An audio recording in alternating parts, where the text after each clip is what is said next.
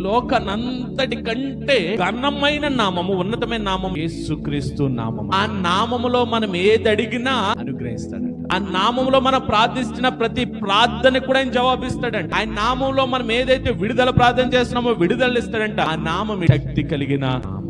యేసు నామములో మనం ఏది అడిగినా, యేసు నామంలో మనం ప్రార్థించినా, యేసు నామంలో మనం స్తుతించినా, యేసు నామంలో మనం ఆజ్ఞాపించినా అది జరిగి తీరాల్సిందే. అది అన్నిటికంటే పైన మేడ తెలుసా? యేసు నామము శ్రేష్టమైనది. యేసు నామంలో ఆజ్ఞాపించాలి. యేసు నామంలో శక్తి ఉంటుంది. యేసు నామంలోనే దెయ్యాలు పారిపోతాయి. యేసు నామంలోనే స్వస్థతలు జరుగుతాయి. యేసు నామంలోనే అద్భుతాలు జరుగుతాయి. యేసు నామంలోనే మన జీవితాలు కూడా ఆశీర్వదించబడతాయి. మనం ఏమనుకోండి తెలుసా? నేను ఎందుకు పనికిరాని దాన్ని, పాపిని ఆ నోటితో ఉచ్చరించకండి. దేవుడు మన నాలుగుకి శక్తినిచ్చాడు. ఆ శక్తికి ఒక శక్తి గల నామాన్ని ఇచ్చాడు. ఆ శక్తితో శక్తి గల నామాన్ని ఉచ్చరించి ఆజ్ఞాపించండి అంతే. యేసు నామంలో జరుగును గాక. ఖచ్చితంగా జరిగి తీరుతుంది.